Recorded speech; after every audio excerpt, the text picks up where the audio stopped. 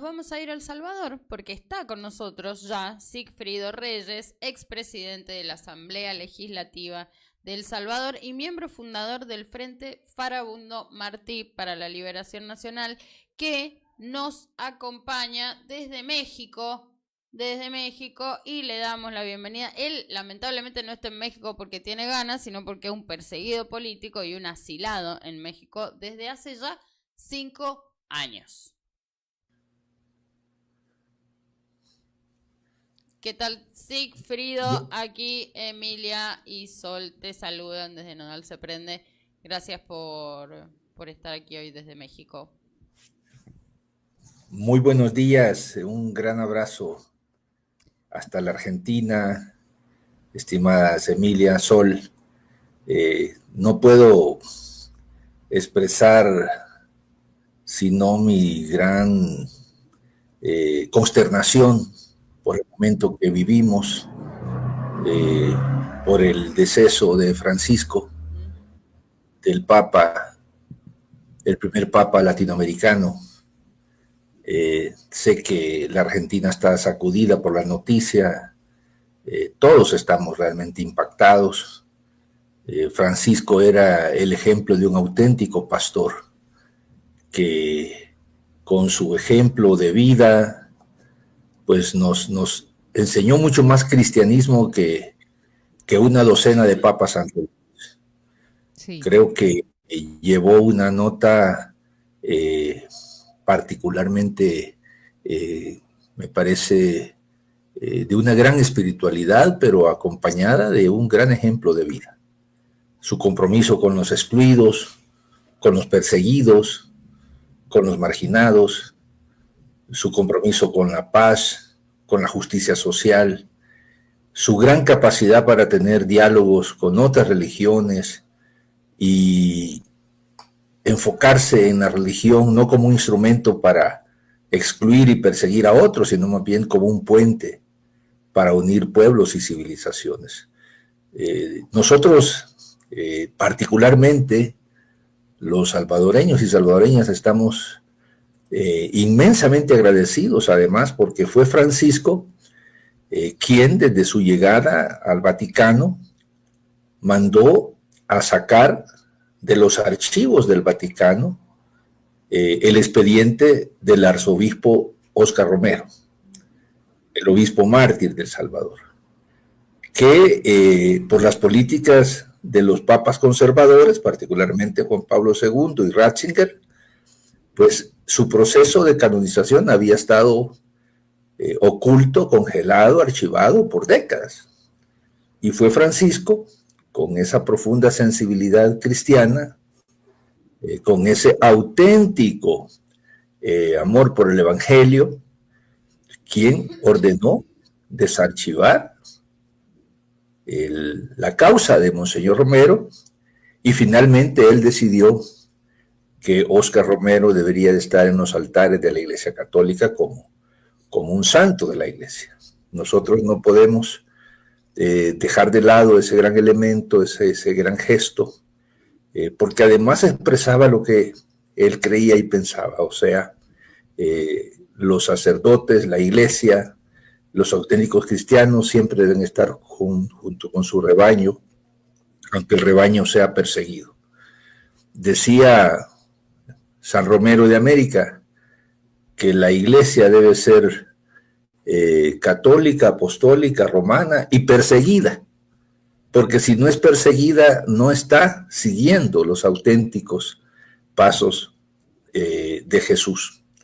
Así que esa sería como mi primera manifestación de solidaridad con el pueblo argentino, con el pueblo latinoamericano, con el pueblo cristiano, porque el momento que vivimos es un momento verdaderamente doloroso.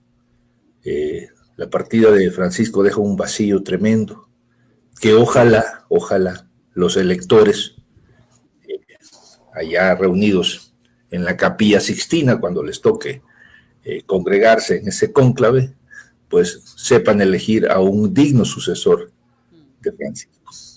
Por lo demás, agradecido con Nodal por este espacio, la posibilidad de comentar del fenómeno que está recorriendo América Latina, como es el resurgir del fascismo Sí, en su versión tropicalizada. Sigfrido, eso queríamos, o sea, obviamente bienvenido sea ese homenaje a Francisco y a lo que ha representado, porque en definitiva va a haber un antes y un después en la Iglesia Católica, un antes y un después de Francisco, por mucho de lo que has dicho, por muchas de otras acciones que venimos recuperando a lo largo de los últimos programas, y justamente porque si hay alguien que se caracteriza por no tender puentes en contraposición a Francisco, por romper cualquier tipo de posibilidad de acuerdo negociado y debatido y que no sé, es Donald Trump y su política migratoria para Latinoamérica en este momento. Un Donald Trump que tiene una serie de alianzas en nuestra región, ¿no? Con gobiernos de tintes neofascistas, y te queríamos preguntar eso, ¿cuál es tu observación sobre la llegada de Trump y el fortalecimiento de un proyecto reaccionario, autoritario en la región latinoamericana y caribeña? Bueno, yo primero quisiera precisar que Trump no es la primera vez que llega a la Casa Blanca. Y por lo mismo el proyecto neofascista en América Latina no es que surge en enero del 2025. Ya la primera estadía de Trump en la Casa Blanca impulsó proyectos de carácter totalitario neofascista en América Latina. Impulsó a un Bolsonaro en Brasil. Apoyó a un Juan Orlando Hernández en Honduras, que practicó el fraude, la represión, aliado del narcotráfico, pero Trump le permitió reelegirse contra la Constitución de Honduras y realizando un inmenso fraude electoral. Hoy Juan Orlando Hernández está preso en Nueva York, condenado a 40 años por narcotráfico, pero era un protegido de Trump. Iván Duque en Colombia. Y bueno, ustedes tuvieron a Macri, que aunque yo no me atrevería desde lo que conozco a calificarlo como neofascista, pero sí fue un típico personaje de derecha ultraconservadora, neoliberal, y además que se caracterizó por impulsar uno de los instrumentos predilectos, favoritos de los neofascistas latinoamericanos, el lawfare, la persecución a los opositores políticos por la vía de los procesos judiciales adulterados e ilegítimos. Bueno, en esas circunstancias es que en El Salvador también se instala el proyecto neofascista que hoy por hoy sigue gobernando. Así que no debemos de sorprendernos. La llegada de Trump por segunda vez simplemente da un nuevo impulso.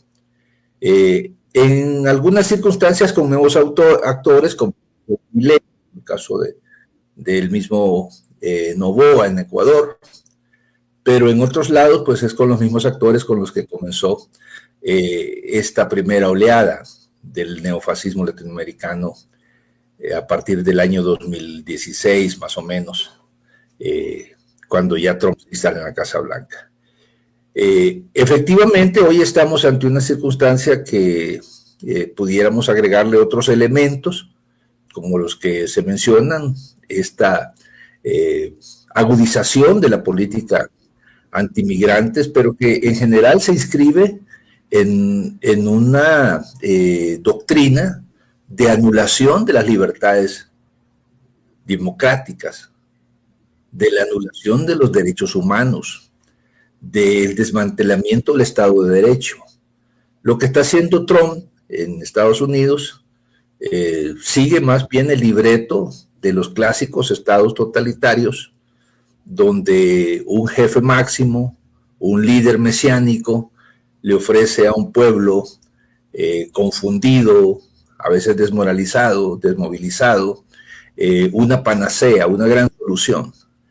Y en el caso de Trump, pues su gran solución es perseguir a los migrantes y acusar a cualquiera que no se alinee con esa estrategia de estar en contra de que Estados Unidos vuelva a ser una potencia de nuevo. Por supuesto que esa no es la única característica del modelo Trump. Va asociado, por supuesto, con una política de fuerza a nivel internacional, con intentos de reconvertir a América Latina en un patio trasero obediente, sofocar cualquier expresión de soberanía, de autodeterminación, de independencia, e incluso por la fuerza recuperar territorios para ponerlos bajo la llamada égida imperial. Estamos viendo el caso del Canal de Panamá como una expresión de eso, el renombrar espacios geográficos como de México.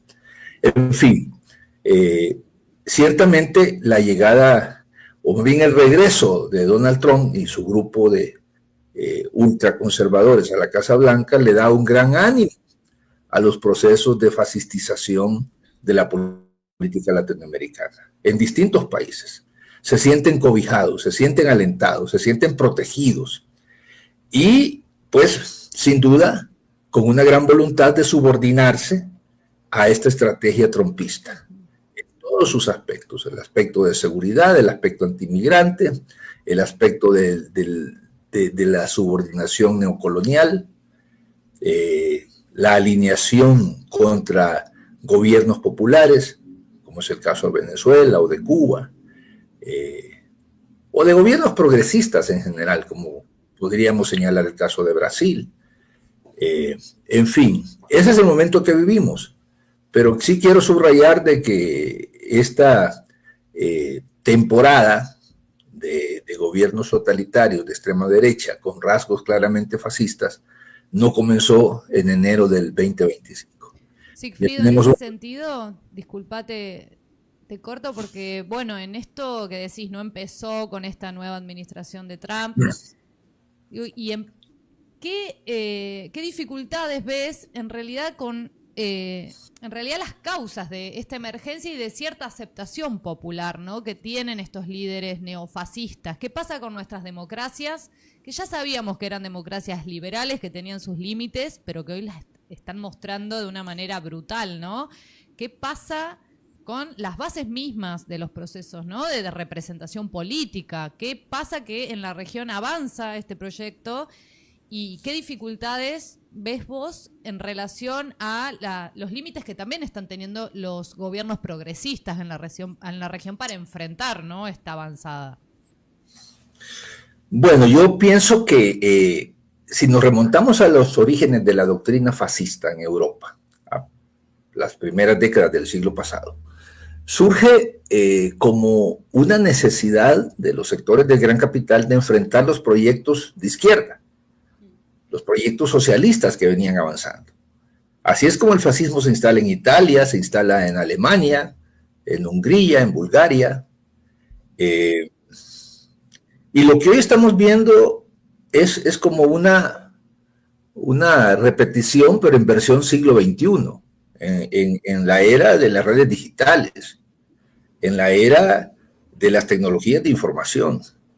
Y yo creo que los neofascistas latinoamericanos en eso han sido muy hábiles, de poder utilizar de manera masiva y astuta todos estos recursos que las tecnologías de hoy pues permiten accesar para el control de mentes y la creación de narrativas.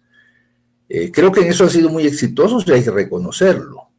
La narrativa de Milei de que Argentina estaba bajo la amenaza de un comunismo, de que todo se debía a las políticas socialistas, comunistas, pues era una narrativa que aunque todos sabemos que es falsa, pero logró pegar en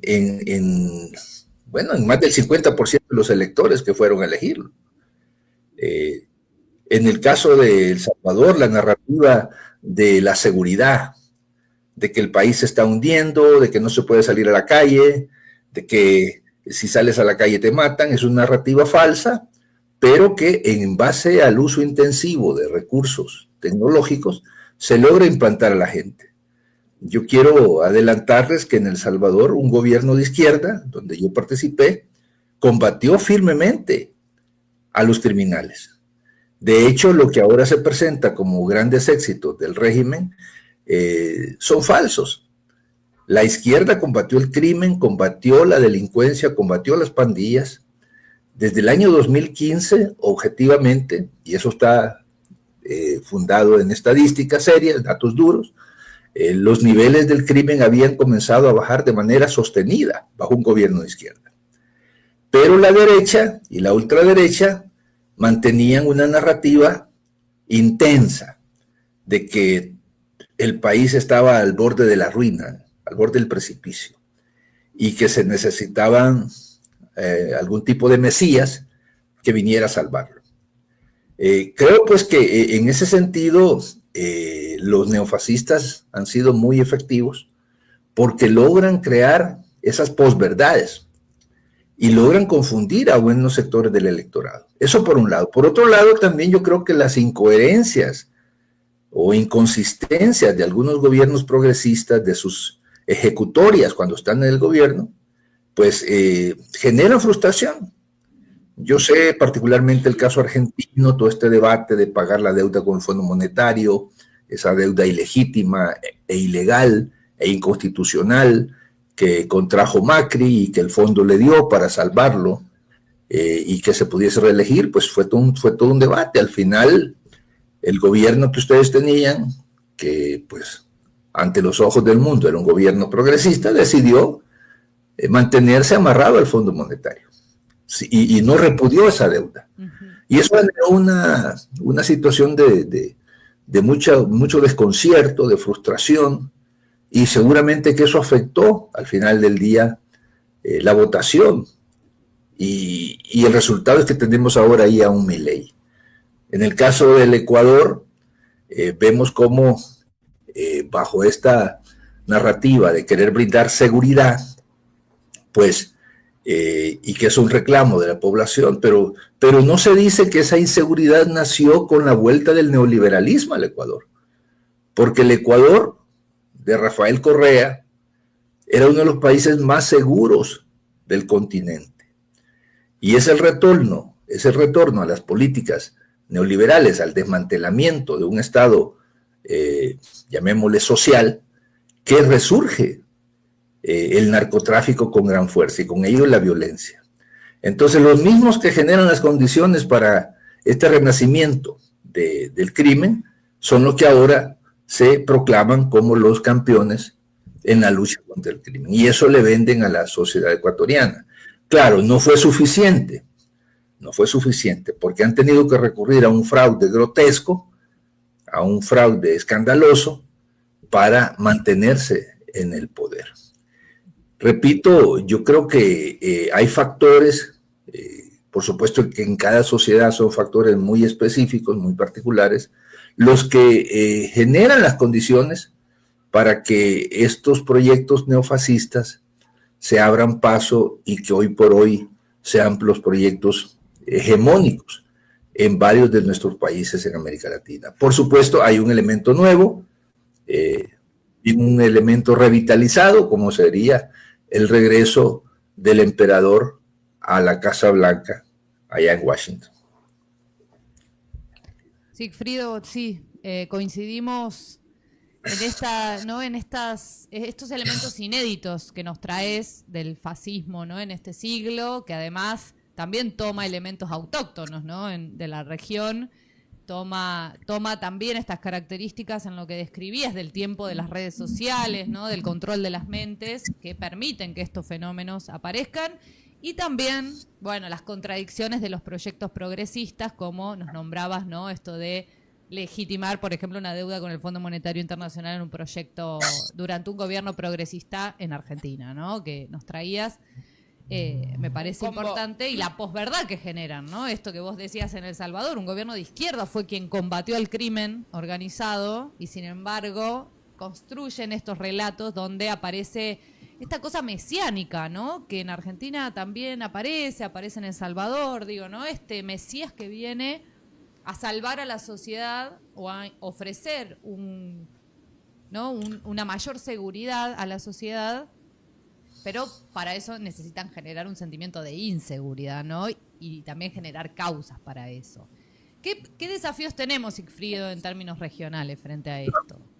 ¿Qué pensás? Mira, yo creo que el primer desafío es reconocer la naturaleza de estos proyectos. O sea, hay quienes todavía tienen temor de nombrar o de denominar esos proyectos tal como son. Sí. Hay quienes hablan de derechas autoritarias.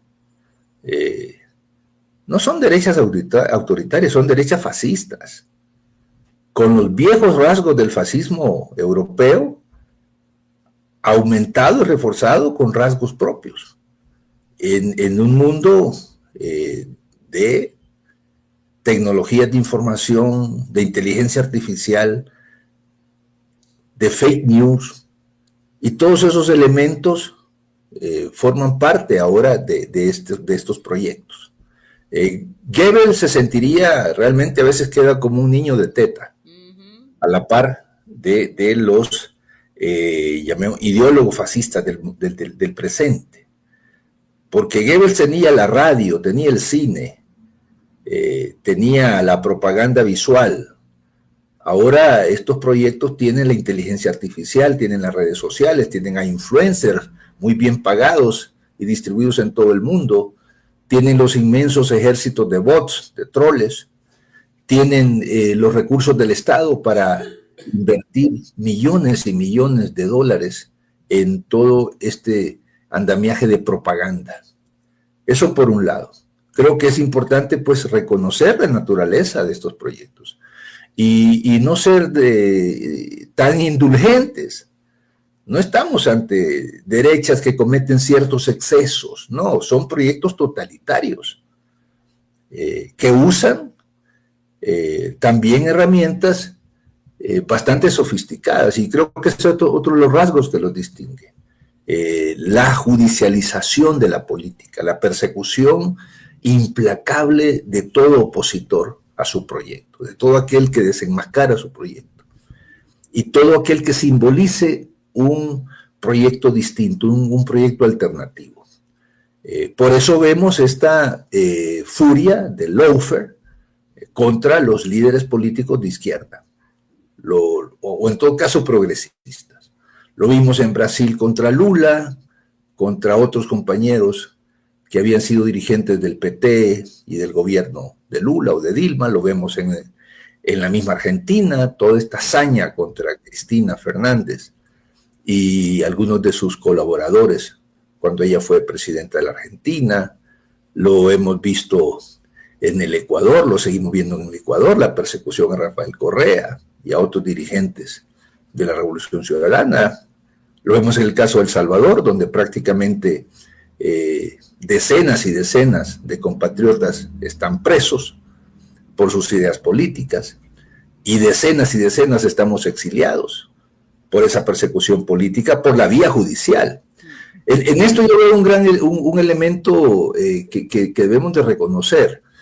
Los fascistas tradicionales, al menos hasta los Videla, los Pinochet, los Stroessner, se conformaban con asesinar a los opositores políticos.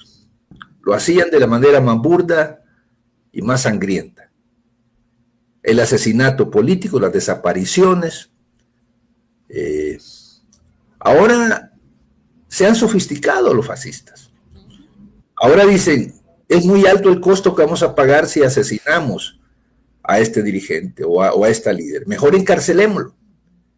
Montémosle procesos que no tienen ninguna base legal, ninguna prueba, ningún elemento que se pueda considerar válido en un proceso judicial. Utilicemos a los fiscales que están a nuestro servicio, que están tarifados, a los jueces, y si el juez no me gusta, pongamos al juez y pongamos a alguien que cumpla mis órdenes. Y con ello creo que cumplen un doble propósito, porque por un lado descabezan a los movimientos sociales y políticos de corte popular, y por otro lado generan una especie de asesinato moral, cívico, ético y político de los perseguidos. Porque como lo hemos visto en todos estos casos, siempre la acusación es corrupción. Ese es el común denominador. Bueno, en el caso del Perú, pues se inventaron contra Pedro Castillo otras, llamémosle otras causales, ¿no? Que intentó dar un golpe de Estado, etcétera. Pero bueno, me parece que ese es uno de los rasgos fundamentales de lo que estamos viendo. Por un lado, la política como show, la política como teatro mediático, como puesta en escena. Lo podemos ver en el caso de El Salvador, con el uso de personas privadas de libertad para que ciertos políticos del mundo lleguen a hacer turismo penitenciario. Sí, ya lo vamos a ver en un ratito. Por aquí sí, vamos a mostrar las imágenes, vamos a recuperar esa espectacularización. Exacto. Y vemos a una señora llamada Patricia Bullrich haciendo esas giras de turismo penitenciario.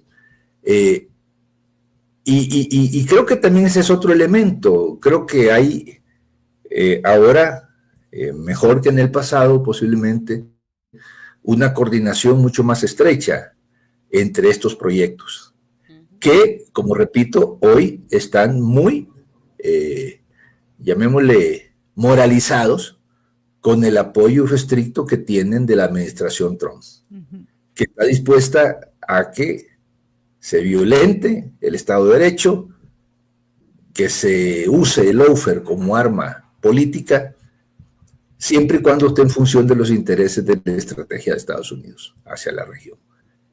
Y por eso veo yo ahí el desafío, estimadas amigas, compañeras, de cómo pues construir ante esa estrategia neofascista que utiliza todos los recursos que estoy mencionando, pues construir los proyectos alternativos para frenarlos y finalmente pues derrotarlos y desmantelarlos, porque me parece que es lo justo y lo correcto en la historia que tenemos que hacer. Si hay alguien a quien no le vamos a explicar que el enemigo siempre parece invencible, que siempre es grande, que sus dimensiones, viste, aparecen como esto, ¿no? Imposible de trastabillar en su proyecto político, es alguien que ha sido fundador del Frente Farabundo Martí para la Liberación Nacional, y sin embargo, aquí estamos, el desafío, el análisis es claro, los desafíos, las tareas por delante también han sido muy bien planteadas por Sigfrido Reyes en tu análisis desde México, en calidad de perseguido político, pero pudiendo pensar El Salvador, tu país de origen, y sin ninguna duda la región entera, en este tiempo de transiciones geopolíticas, de avance de neofascismo, sin ninguna duda, y de mucho por seguir construyendo en el campo popular como alternativa política y estratégica. Te agradecemos tu tiempo, Sigfrido. Ha sido muy interesante poder escuchar tu análisis. Esta vez te esperamos en próximas ediciones donde sigamos pensando en nuestra América, donde sigamos pensando en nuestro tiempo y donde sigamos ajustando nuestros diagnósticos para la acción, para la transformación social. Gracias, Sigfrido. Es a ustedes a quienes tengo que agradecer, mandarles un fuerte abrazo hasta el sur del mundo y destacar este trabajo que hacen por llevar la verdad, por llevar esta propuesta informativa que me parece una propuesta muy original, muy transparente, pero además con un fuerte compromiso con los sectores populares. Y eso, a mi juicio, es digno de una felicitación y pues alentarles a que sigan en esta labor informativa. Muchísimas gracias, Sigfrido, por ser parte también de este proyecto político que es Nodal, así que te mandamos un abrazo enorme y obviamente estamos pendientes de todo lo que pase, ¿no?, con El Salvador desde México, y te mandamos un abrazo fuerte. Gracias. Sí.